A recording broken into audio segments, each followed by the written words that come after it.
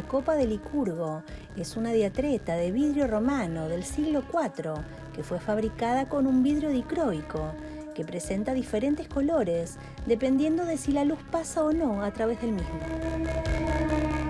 En la antigua Roma se llamaba diatreta a un vaso o copa de bronce que se adornaba con labores de relieve o nielado.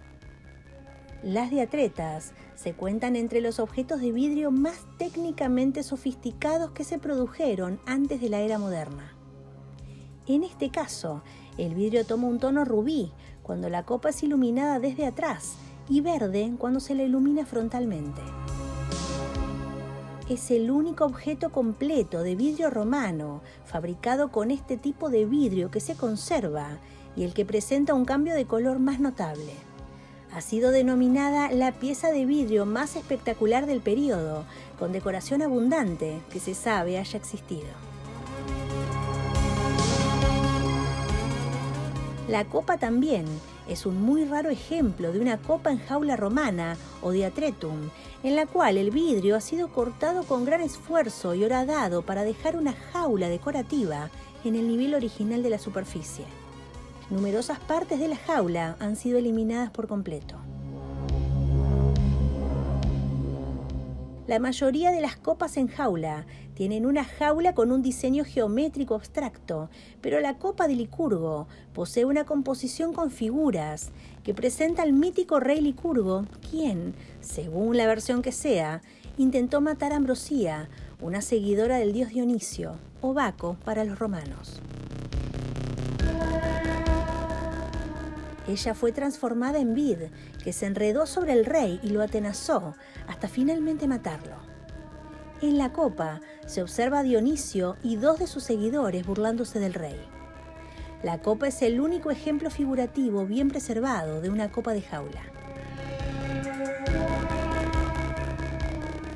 El efecto dicroico se consigue mediante un vidrio al cual se le ha incorporado una pequeña cantidad de nanopartículas de oro y plata, dispersas en forma coloidal en el vidrio. No se conoce a ciencia cierta el proceso utilizado y es probable que el mismo no fuera comprendido o controlado por los artesanos y probablemente fue descubierto mediante la contaminación accidental del vidrio con polvo finamente molido de oro y plata.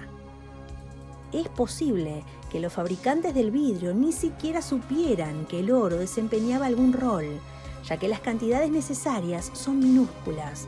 El mismo puede haber sido aportado por las impurezas de oro contenidas en algo de plata que se puede haber añadido, o de trazas de oro o pan de oro dejado por accidente en el taller por otro trabajo. Los otros escasos fragmentos de vidrio dicroico romano que han sobrevivido presentan variaciones considerables entre los dos colores que se manifiestan. A una mezcla convencional de vidrio romano se agregaban 330 partes por millón de plata y 40 de oro. Estas partículas se precipitaron como coloides y forman una aleación plata-oro. Dado que es imposible que los artesanos romanos pudieran agregar cantidades tan pequeñas de plata y oro al volumen de vidrio necesario para fabricar una copa, es probable que estos agregaran cantidades mayores a masas más grandes de vidrio fundido y posteriormente la proporción era diluida agregando más vidrio. Las partículas miden apenas unos 70 nanómetros y se encuentran inmersas en el vidrio, por lo que no es posible observarlas mediante microscopía óptica, siendo necesario recurrir a un microscopio electrónico de transmisión. Por su tamaño, se aproximan a la longitud de onda de la luz visible y se produce un efecto de resonancia plasmónica de superficie. El interior de la copa es muy liso, pero en la parte posterior de las figuras principales, el vidrio ha sido ahuecado de manera significativa, reduciendo el espesor del vidrio de las figuras y produciendo un tono de luz uniforme al ser atravesado por la luz. Esta es una característica única entre las copas que han sobrevivido. Una zona alrededor del torso de Licurgo posee un color diferente del color del resto del vidrio, tal vez producto de un descuido en la hechura, pero que fue aprovechada por el artesano del vidrio de forma tal que pudo hacer que el enojo de Licurgo se destacara por el brillo intenso. Luego de la prolongada etapa de corte del vidrio, se realizaba el pulido fino para darle el aspecto final, lo cual se realizaba mediante una técnica denominada pulido con llama, en el que se corría el riesgo de dañar de manera irremediable la pieza. Desde que el Museo Británico la adquirió en 1958, el misterio del color del cáliz milenario intrigó a los expertos. No fue sino hasta 1990, cuando unos investigadores en Inglaterra examinaron con microscopios unos fragmentos del vidrio, que se descubrió que los artesanos romanos fueron unos pioneros de la nanotecnología.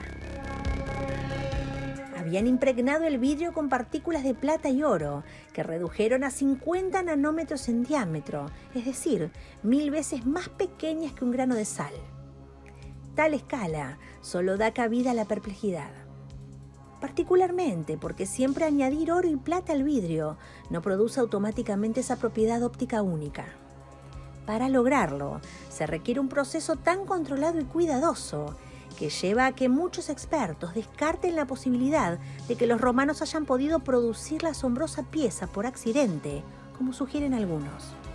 Es más, la mezcla tan exacta de los metales hace pensar que los romanos llegaron a entender cómo usar las nanopartículas. Descubrieron que si le añadían metales preciosos al vidrio fundido, lo podían teñir de rojo y producir unos efectos de cambio de color inusuales. Pero según los investigadores, era una técnica demasiado complicada para perdurar. No obstante, siglos más tarde, la maravillosa copa fue la inspiración para la investigación contemporánea de nanoplasmones. Las nanopartículas plasmónicas son partículas metálicas de dimensiones nanométricas, cuya densidad electrónica puede acoplarse con la radiación electromagnética de cierta longitud de onda.